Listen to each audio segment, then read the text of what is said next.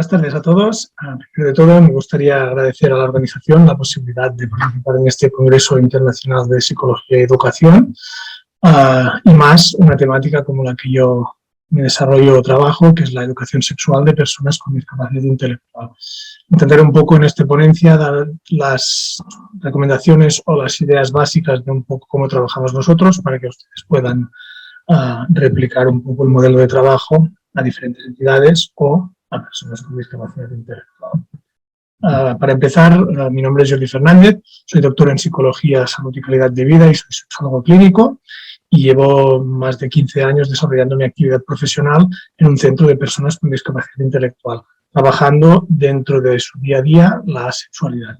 Para ubicar un poco a todas las personas asistentes, yo trabajo en la Fundación MAP. La Fundación MAP es una fundación ubicada en el Ripollès, en el Pirineo catalán, una comarca muy pequeña que implica que todas las personas que tienen algún tipo de discapacidad intelectual, enfermedad mental o riesgo de exclusión social, las deriven a nuestra entidad. Por lo tanto, tenemos una población bastante diversificada y debemos adaptar las educaciones o los proyectos educativos a nivel más individual. No nos sirve un trabajo, digamos, más grupal. Verán ustedes cómo adaptamos estas actividades formativas y un poco los resultados que hemos obtenido de este proceso. Les presento un poco el organigrama de lo que sería la fundación.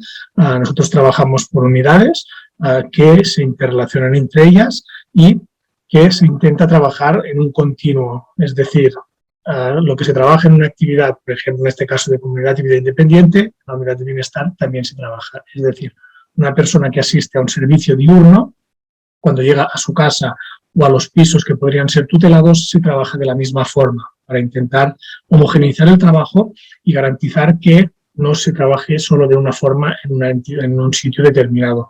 Por ejemplo, nosotros trabajamos en temáticas de educación sexual, somos un grupo que implica profesionales de todas las unidades y que se trabaja a nivel transversal. Es un grupo multidisciplinar que lo que intenta es que se trabaje la sexualidad y la afectividad como un continuo en todo el día a día de la persona. Un poco a nivel informativo, vemos que la población de personas con discapacidad intelectual de más del 33%, en España el año 2019, que es el último que tenemos unos datos por un estudio publicado, eran de más de 3 millones de personas, prácticamente un 7% de la población. Pienso que es un número elevado y que debemos tener en cuenta y darle la importancia que tiene. Y más una temática que, como veremos, ha sido muchas veces olvidada y hasta prohibida, como es la sexualidad de las personas con discapacidad intelectual. A mí, cuando me plantean ¿por qué debemos trabajar la educación sexual de personas con discapacidad? Me vienen a la mente dos preguntas que les formularé. La primera es, ¿por qué esta sexualidad de personas con discapacidad provoca malestar, inquietud, dudas en muchas personas que no tienen discapacidad? Y la otra pregunta es, ¿por qué ha de ser un problema para estas personas que se trabaje la sexualidad, que las personas con discapacidad tengan sexualidad? Es más, tienen sexualidad y tenemos la obligación moral, legal y personal de trabajarla y de educarla como un ámbito más de su esfera y de su desarrollo social o psicosexual. Yo creo, y es una opinión mía, que uno de los grandes problemas que nos encontramos cuando trabajamos la educación sexual de personas con discapacidad es que se centra mucho a lo que sería una relación coital. La sexualidad va mucho más de todo esto, abarca mucho más, abarca desde la erótica, el placer, el compartir, el respeto, la tolerancia, la empatía. Todo esto son valores que no se han tenido demasiado en cuenta. Posteriormente les presentaré un poco un organigrama evolutivo de la educación sexual y verán que no hace tanto tiempo que se trabaja y desde el principio se había trabajado con dos ideas muy claras que posteriormente les presentaré. Creo que nacemos como seres sexuales y morimos como tal. Por lo tanto, esta evolución sexual depende muy directamente de la calidad de la educación que reciban las personas con discapacidad en este caso. Nosotros hemos podido demostrar a través de un estudio que posteriormente les presentaré que esta educación tiene realmente una incidencia en sus conocimientos y en sus actitudes sexuales. Es decir, si nosotros los educamos o las educamos, mejoran sus conocimientos, mejoran sus actitudes y por lo tanto se reduce el riesgo de sufrir alguna situación de abuso o si se reduce el riesgo de forma automática de que se den conductas disruptivas en entornos que se pueden considerar como no socializantes. Por lo tanto, y esto es uno de los puntos que yo siempre intento hacer incidencia, es que la sexualidad depende directamente de la intimidad. Una intimidad que las personas con discapacidad muchas veces no tienen, ya sea porque no se les proporciona un espacio o porque las entidades no están preparadas para poder garantizarlo. Todo esto puede parecer muy fácil, pero muchas veces cuando trabajamos con personas con discapacidad intelectual, la educación sexual es complicada. ¿Por qué? Porque no es fácil tener que enseñar actividades masturbatorias a una persona que te lo pide, por ejemplo. No es fácil proporcionar herramientas de ayuda a la sexualidad, es decir, juguetes sexuales que puedan permitir que la persona goce de su sexualidad, ya sea de forma individual o en pareja. No es fácil proporcionar espacios privados, un poco lo que les decía. Los espacios de intimidad brillan por su ausencia y por lo tanto es muy complicado que puedan autoconocerse, que puedan descubrir. Todo esto está bastante limitado. No es fácil cuando nos piden un asesoramiento que desean tener una relación sexual y tienes que acudir a un servicio externo. Y evidentemente, cuando tienes que comunicar ciertas conductas a familiares o tutores, las posibilidades de que se haga y que se haga de forma correcta se reducen de forma clara. Y evidentemente los profesionales es complicado que acepten ciertas conductas o elecciones sexuales de las personas que se atienden. ¿Por qué es complicado esto? Porque la sexualidad saludable se construye a partir de tres conceptos muy claros. Uno es la socialización, y esta socialización en determinadas o en muchas ocasiones, las personas con discapacidad no tienen un amplio abanico de posibilidades de socialización, más que nada porque las mismas personas que van al centro diurno son las mismas que hacen actividades de semana, las mismas que se encuentran después del taller ocupacional, por lo tanto su grupo de iguales se ve bastante reducido. Otro punto clave es esta relación más o menos íntima con los iguales. Por lo tanto, si la socialización no es posible, esta relación más o menos íntima tampoco será posible, reduciendo evidentemente sus capacidades de autoconocimiento, de autoexploración y de descubrir su sexualidad desde el momento en que nacen y se hacen mayores. Y evidentemente el entorno más inmediato. Muchas veces el entorno es limitador de posibilidades. La sobreprotección, veremos, es un punto a tener en cuenta. Y evidentemente en este entorno debemos incorporar a las familias como educadoras, ¿de acuerdo? ¿Qué pasa? Muchas veces estas familias están influenciadas por sus mitos, sus historias previas, sus conocimientos previos, la poca educación sexual que han tenido, y esto se traslada a sus hijos e hijas, y la vivencia que han tenido de su propia sexualidad. Todo esto muchas veces nos marca y nos indica el camino que deben seguir, y no es el más adecuado en determinadas ocasiones. Como les decía, influenciados por experiencias previas. Las dificultades estas son un poco las que les he nombrado. Poca socialización, y más en un ámbito como es el sexual y el afectivo. Pocas conductas de autoconocimiento, autoexploración, y esto va muy ligado a tener o no, a disponer o no de espacios de intimidad, que como les he dicho anteriormente, las personas con discapacidad acostumbran a no tener. Falta de intimidad y privacidad es básico e importante y muy necesario que las entidades demos un paso al frente y planteemos por qué se está trabajando así, por qué no disponen de estos espacios. Evidentemente todo esto, cuando se junta, nos dificulta un desarrollo sexual y afectivo correcto y normalizado y sano y socializable.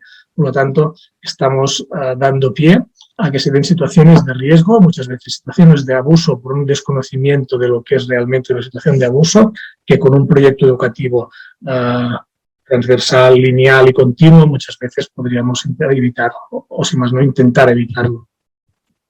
Otro de los aspectos difíciles a trabajar, la sobreprotección. Las personas tienen que equivocarse, tienen derecho a equivocarse, y por lo tanto, en la esfera sexual y afectiva también tienen derecho a equivocarse. La infantilización, conductas de infantilización, son niños eternos. Esto no es verdad. Hemos visto que nacemos seres sexuales y morimos seres sexuales, y en este proceso la infantilización permite un mal desarrollo psicosexual del individuo. La falta de acceso a la información. Tenemos la obligación legal, por derecho y por leyes de la ONU, de dar información de educación sexual a las personas, tengan o no discapacidad, esto es igual, y en determinados ámbitos no se está realizando. ¿Perdón? Un poco lo que hemos dicho, la presencia del adulto y la medicación. Evidentemente, tenemos personas que necesitan sí o sí la medicación, y es un factor en contra de un desarrollo psicosexual normalizado, digamos, tengan o no pareja. ¿Vale? ¿Por qué debemos garantizar esto? Más que nada porque tienen las mismas necesidades interpersonales y quien diga que no está cometiendo un grave error, porque tienen las mismas. Posiblemente las expresan diferente, pero son las mismas. Y si las negamos, como les he explicado, aumenta el riesgo. Si negamos una conducta, muchas veces lo que conseguimos es que esta conducta se dispare y se realice muchas más veces de las que se realizarían. Muchos trastornos de la conducta vienen asociados a estas negaciones, estas negatividades, al no permitir determinados conocimientos. Lo único que conseguimos es que estas conductas se lleven a la esfera pública. Por lo tanto, tendremos más problemas de acciones de carácter sexual en un entorno no íntimo, no privado. Lo que les contaba, es una expresión diferente. No es que no tengan necesidades, es que las expresan diferente y acostumbran a ser personas que necesitan la comprensión del resto, la igualdad, el sentirse incluidas dentro de una sociedad y muchas veces, para que esto pase, necesitan que sean comprendidas y realicen acciones o conductas para gustar al otro. Y esto, si no lo trabajamos, podemos dar pie a un poco lo que les explicaba de conductas en entornos no normalizados. Y la ley nos obliga a trabajarlo y a dar educación sexual y afectiva.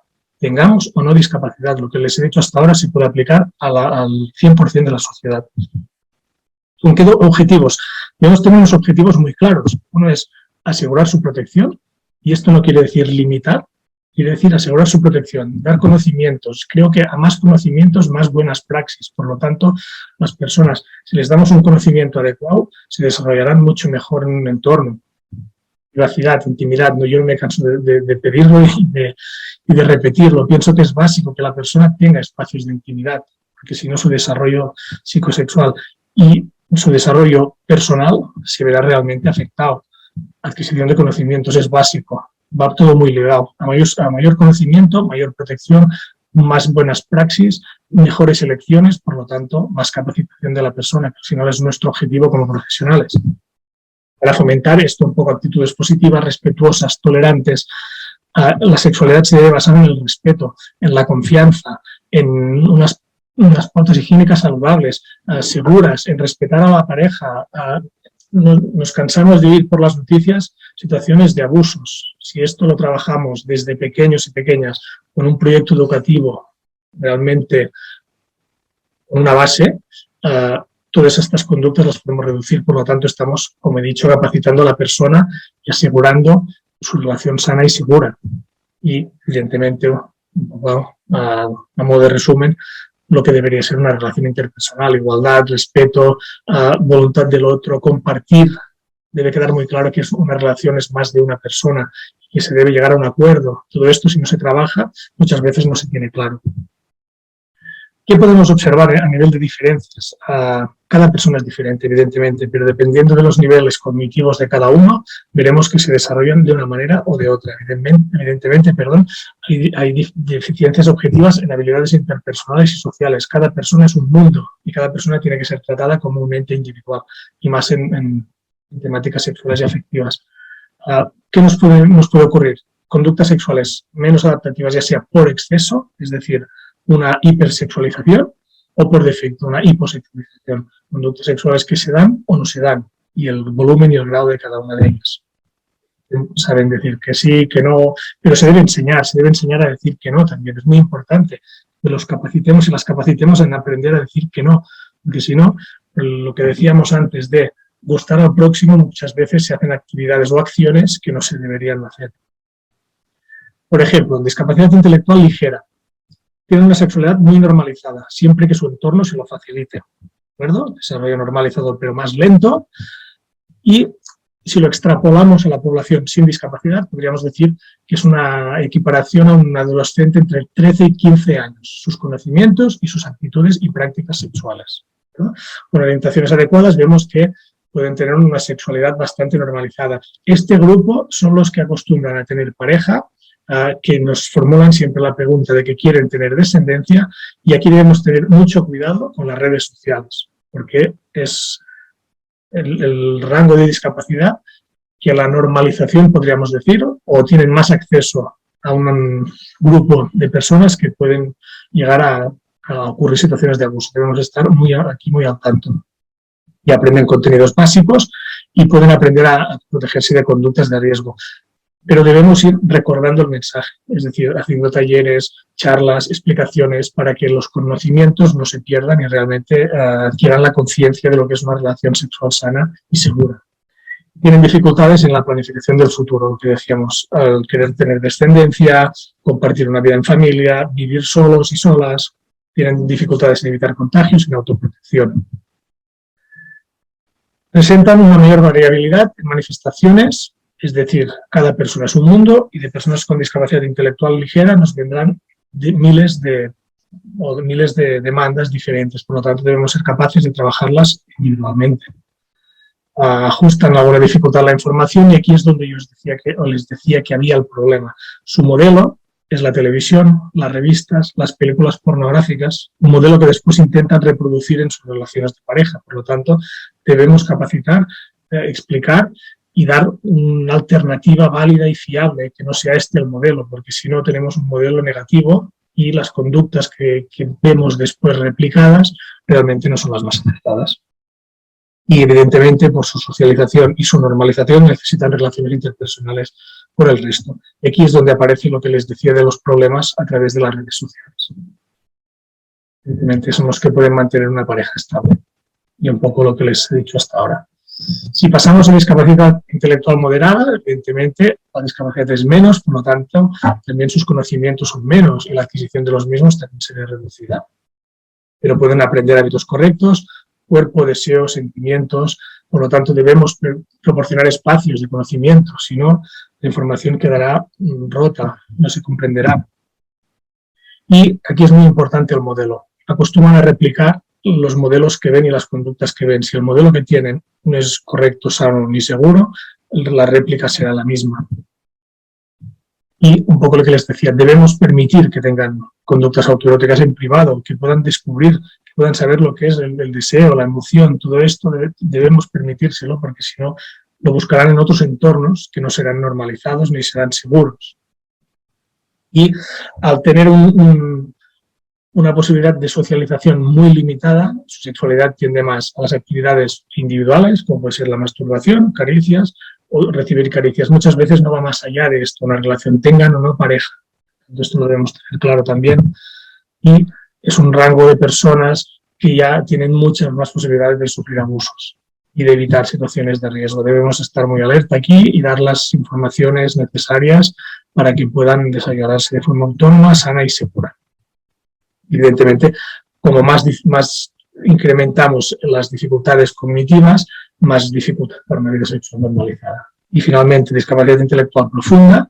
Aquí depende del entorno y de lo que esto permita. Son personas que tienen una grave afectación y que muchas veces nosotros somos los que les debemos dar los soportes necesarios para que tengan acceso a su sexualidad. Por lo tanto, depende del entorno y de lo que éste permita. Si el entorno no permite nada, su sexualidad será nada. Si el entorno permite, adapta y da soportes necesarios, su sexualidad será otra mucho más gratificante. Por lo tanto, aquí sí que tenemos un entorno muy protegido. Pero muy protegido no quiere decir limitador ni prohibitivo, quiere decir protegido. Es decir, garantizando que las personas con discapacidad intelectual profunda no tengan posibilidad de sufrir algún abuso, pero sí que puedan gozar de su sexualidad de una forma distinta y diferente. Veremos un poco cómo se desarrolla la sexualidad en las diferentes etapas de la vida. Esto, si lo extrapolamos a la población en general, más o menos sería bastante similar. De 0 a 3 años, ustedes saben que la anatomía y la fisiología están definidas y el placer sexual está desarrollado. Nacemos seres sexuales, por lo tanto, tenemos emociones e instintos desde que nacemos. Y aquí se inicia el descubrimiento del propio cuerpo. Si esto no lo permitimos, el desarrollo ya se ve truncado. Por lo tanto, ya empezamos mal, digamos, el desarrollo psicosocial y psicosexual. Desde 6 años se demuestra interés ya por el propio cuerpo y por el cuerpo del otro, y aquí aparece una conducta sexual que es la más habitual en personas con discapacidad intelectual, que es la masturbación, el autoconocimiento. Aquí hay un grave problema que es la prohibición. Porque si prohibimos, damos pie a que las conductas estas, que son instintivas e innatas en el individuo, se desarrollen en entornos, como les decía, públicos. Por lo tanto, podemos empezar a tener problemas si limitamos, si prohibimos, si no facilitamos entornos.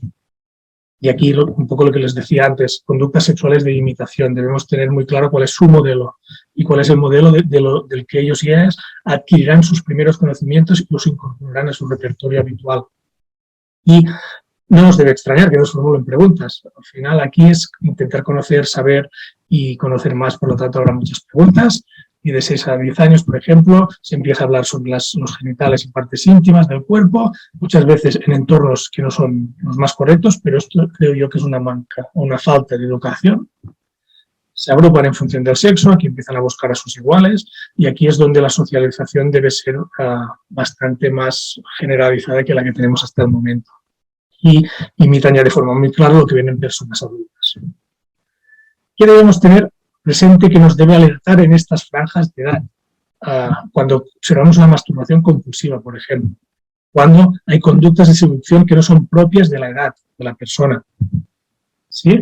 Cuando son propias de la edad adulta. Si vemos una persona que tiene 7 años y tiene unas conductas hipersexualizadas, posiblemente debemos estar alerta. Y si el interés es hacia niños y niñas mucho más pequeñas, esto también es un signo que nos debe alertar. Interés excesivo por la pornografía, es un modelo negativo y nefasto para el desarrollo psicosexual de la persona.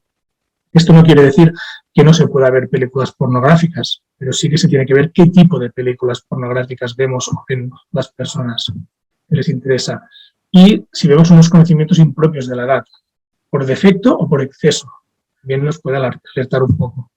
Evidentemente, cuando el lenguaje sexual es muy explícito de personas adultas, nos estará indicando posiblemente que tienen un modelo que es el que de donde se empapan de este lenguaje sexual, por lo tanto debemos incidir aquí también. De 10 a 13 hay cambios hormonales en el cuerpo y es una etapa difícil porque evidentemente muchas veces tienes que trabajar un tema de emociones, de autoconocimiento del cuerpo, de explicación de cómo se utiliza, de para qué sirve cada parte del cuerpo y muy concretamente el aparato reproductor. Y muchas veces aparece interés y preocupación en estos cambios. Aquí debemos estar también muy alerta. Por eso les digo que estas normas se pueden aplicar a la totalidad de la población, antes o después, se pueden aplicar igualmente. Se manifiesta de forma clara la orientación del deseo y la identidad y empezamos a ver cuál será su elección sexual, o si más no lo vamos a intuir. Y comienzan las relaciones de autoerotismo. Muchas veces aquí pongo masturbación por lo que les decía anteriormente. Las personas con discapacidad, su red social es muy reducida, por lo tanto, muchas veces no tienen acceso a la pareja, no pueden tener pareja, por lo tanto, es un tema de autoerotismo, un problema de socialización. Y buscan información sobre relaciones sexuales y medidas de prevención.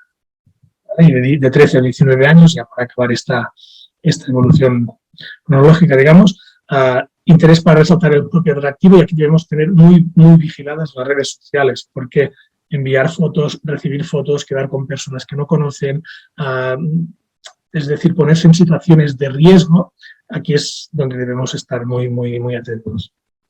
Y aumentan las relaciones eróticas, masturbación y en pareja, esto va muy ligado a las redes sociales, intentan buscar pareja por las redes sociales y aquí es donde pueden aparecer situaciones de abuso. ¿No? Debemos tenerlo muy presente y estar vigilando. No quiere decir prohibir, quiere decir saber lo que hacen nuestros hijos o hijas con discapacidad y acompañarles en este camino y en este proceso. Evidentemente, la familia, a nivel de preguntas o de información sexual y afectiva, se deriva a un segundo plano y cada vez hay menos preguntas. ¿Por qué? Porque estas preguntas las hacen con personas de su misma edad o de su mismo sexo. Por lo tanto, a nivel de familiar aquí la información se reduce y aumenta el interés hacia los riesgos derivados de las relaciones sexuales. Porque el interés creciente hacia las relaciones sexuales implica que el interés en conocer más al respecto también se ve incrementado. Y después nos llega una etapa que es más complicada, que es a partir de los 20 años, que vienen unas decisiones muy claras y muy difíciles de tomar y muchas veces a las familias les tiene que acompañar en este proceso, que es tener o no pareja y decidir si se quiere tener pareja o no, si se puede tener pareja o no, cómo debemos posibilitar esto y, evidentemente, vivir una situación de pareja estable, es decir, independizarse, ir a vivir a su piso con su pareja. Y otra de las grandes preguntas que nos aparecen en esta edad es la maternidad y la paternidad. El deseo de tener o no tener hijos, hijas, todo esto lo debemos hablar con nuestros hijos, hijas, porque más que nada es una temática complicada, que si no se trabaja, si no se habla y si no se normaliza, puede acarrear problemas posteriores. Y en la vejez, evidentemente, hay problemas físicas, hay la jubilación, por lo tanto, perdemos una parte de trabajo, muerte de personas queridas, esto también lo debemos trabajar, la muerte es otro tema tabú en personas con discapacidad y en la sociedad en general, por lo tanto es un tema que debemos incorporar.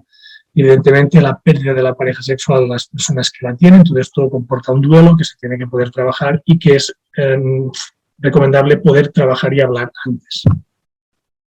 Y evidentemente, falta de intimidad en el habitaje. Este es otro de los grandes problemas.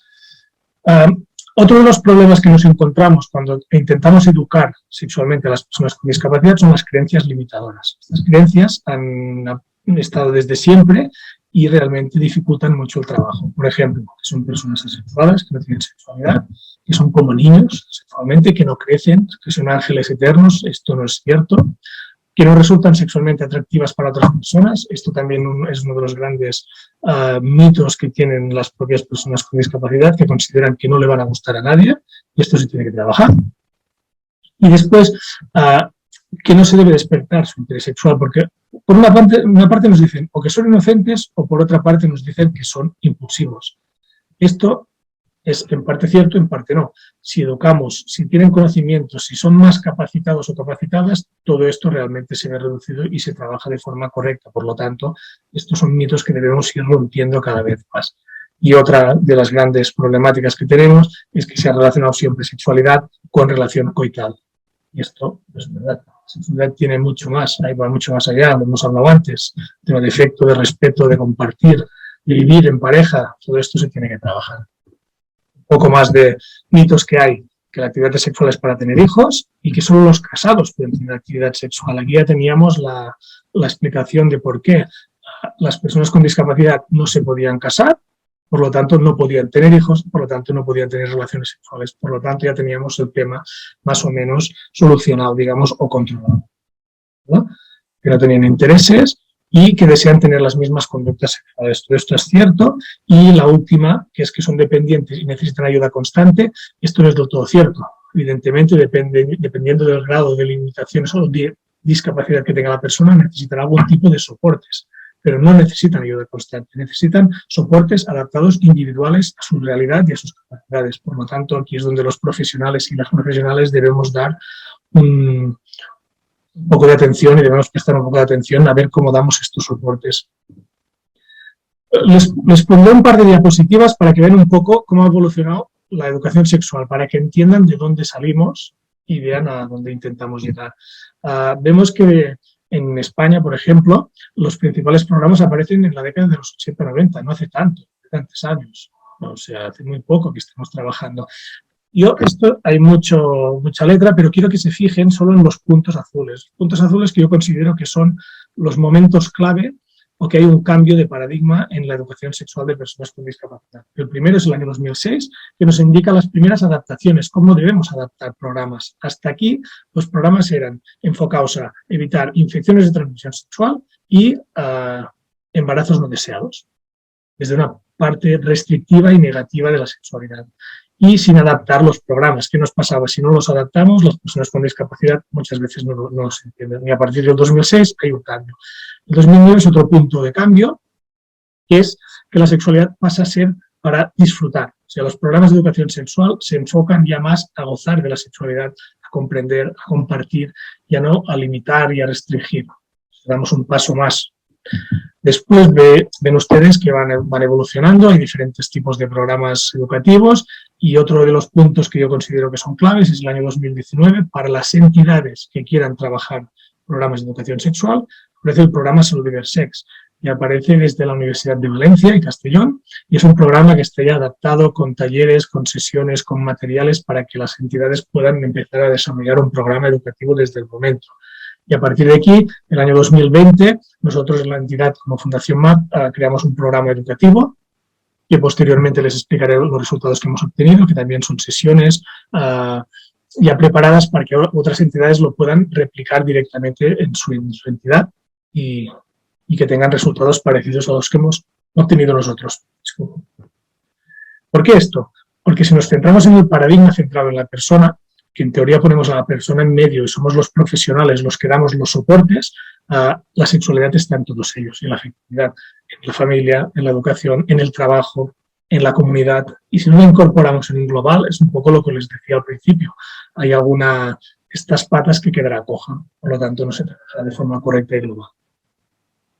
Y yo les presento el modelo que utilizamos nosotros de trabajo, que es un modelo biográfico profesional, que pone a la persona en el centro y es el profesional y el entorno el que adapta a las demandas y lo que nos pide la persona. Aquí ven un poco el modelo. Evidentemente, hay objeción de conciencia por parte de los profesionales, es decir, los profesionales que consideren que no pueden desarrollar o trabajar temáticas de este tipo tienen una objeción de conciencia, pero no lo tiene la entidad. La entidad tiene la obligación de trabajarlo, pero sí que hay posibilidad de objeción en los profesionales.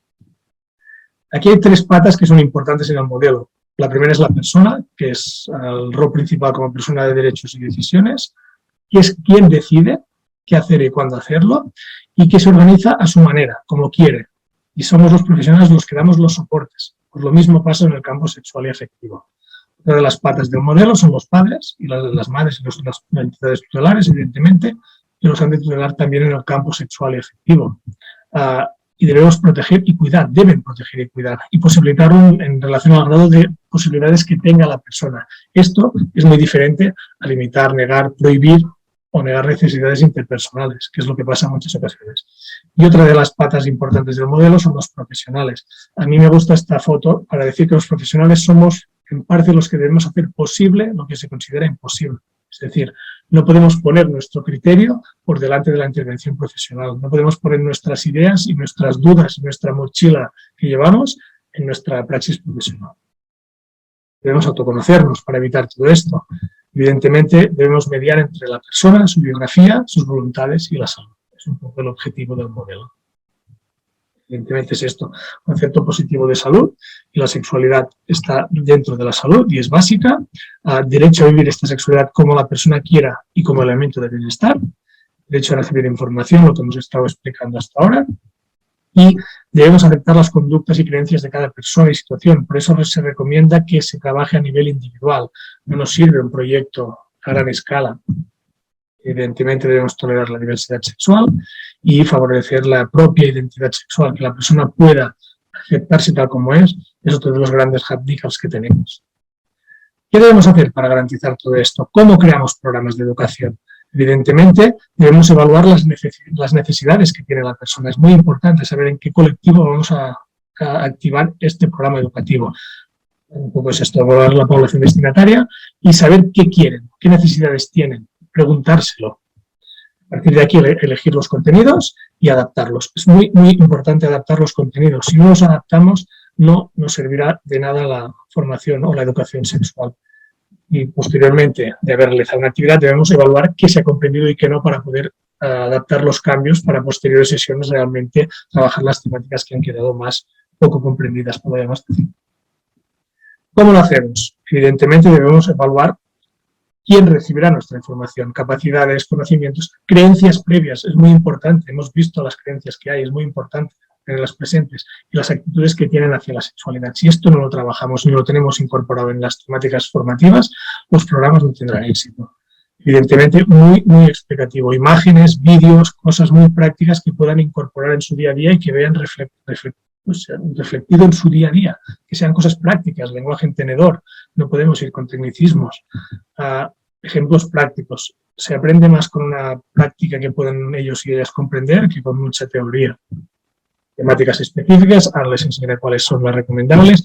Sesiones de máximo 1 hora, es muy importante, y que el formador sea una persona conocida, que sepan quién es, que tengan relación, que tengan confianza, porque es un tema difícil de trabajar la sexualidad. Modo de ejemplo, con personas con menos necesidad de soporte. Aquí ven un poco las temáticas que se deberían trabajar en una formación.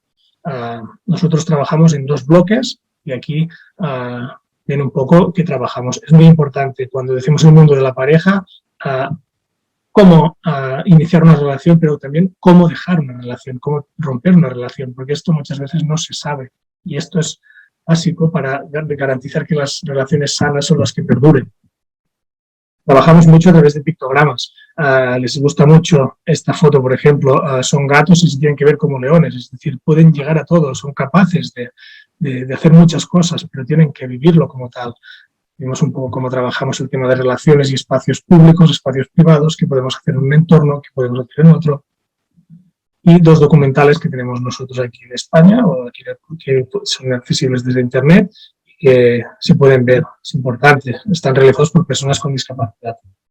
Y personas con más necesidades de soporte, evidentemente las temáticas son iguales, pero debemos trabajar en aprender a decir no, iniciar por las emociones, comprender las emociones, entenderlas, saber qué está pasando. Y vemos cómo trabajamos el tema de emociones, y por ejemplo, cómo trabajamos la emoción de la alegría, qué siente el cuerpo cuando está alegre, qué ven los otros cuando una persona está alegre, todo esto lo trabajamos a través de estas fotografías. Y aquí ven cómo adaptamos un programa a personas con más dificultades, a través de pictogramas de un lenguaje que se llama Arasat. Nos permite trabajar conductas públicas, conductas privadas, partes públicas de la persona, partes privadas, un poco para que nos podamos trabajar las temáticas que nos interesan. Es importante, esto nosotros cuando trabajamos con una persona a nivel individual, a la familia le damos el mismo material que tenemos nosotros en la entidad. ¿Por qué? Porque nos interesa que el trabajo sea continuo, que no lo limiten exclusivamente a una conducta en el centro. O sea, tiene que ser una conducta global la que se tiene que modificar.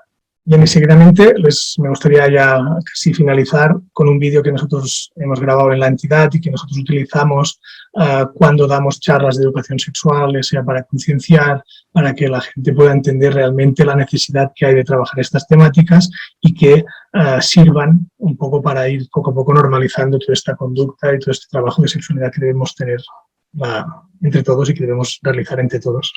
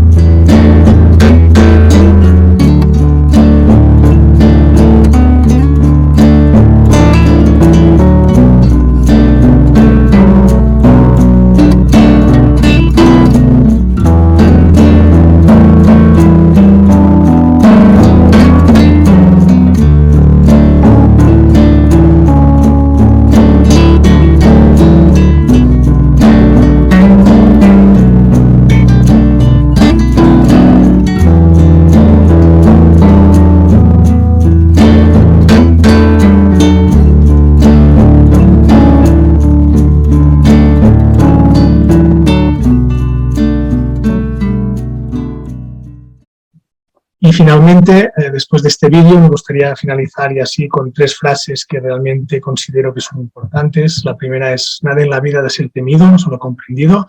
Ahora es momento de comprender más para temer menos. La sexualidad es uno de estos temas que realmente muchas veces es temido y que cuando lo trabajas es muy importante para la persona. Realmente le da un beneficio, un crecimiento realmente importante. Pienso que debemos tener menos miedo y trabajarlo más. La segunda sería: para abrir nuevos caminos es necesario inventar, experimentar, crecer, correr riesgos, romper las reglas, equivocarse y sobre todo divertirse. Pienso que la sexualidad es también esto, conocer, descubrir, romper reglas, muchas veces equivocarse, es muy importante equivocarse, divertirse evidentemente y finalmente, como más natural veamos una cosa que forma parte de la vida, más capacidad tendremos para dar respuesta a las preguntas. Pienso que debemos tenerlo esto muy presente, debemos darle una vuelta y debemos intentar reflexionar al respecto. Hasta aquí esta charla. Solo agradecer otra vez la posibilidad de participar en este congreso, de poder plantear una temática como es la educación sexual de personas con discapacidad intelectual. Creo que nos queda mucho trabajo por hacer. Aquí tienen ustedes mi correo personal para cualquier cosa, duda, cosa que necesiten. Solo me mandan un correo y aquí estaremos. Muchas gracias por todo.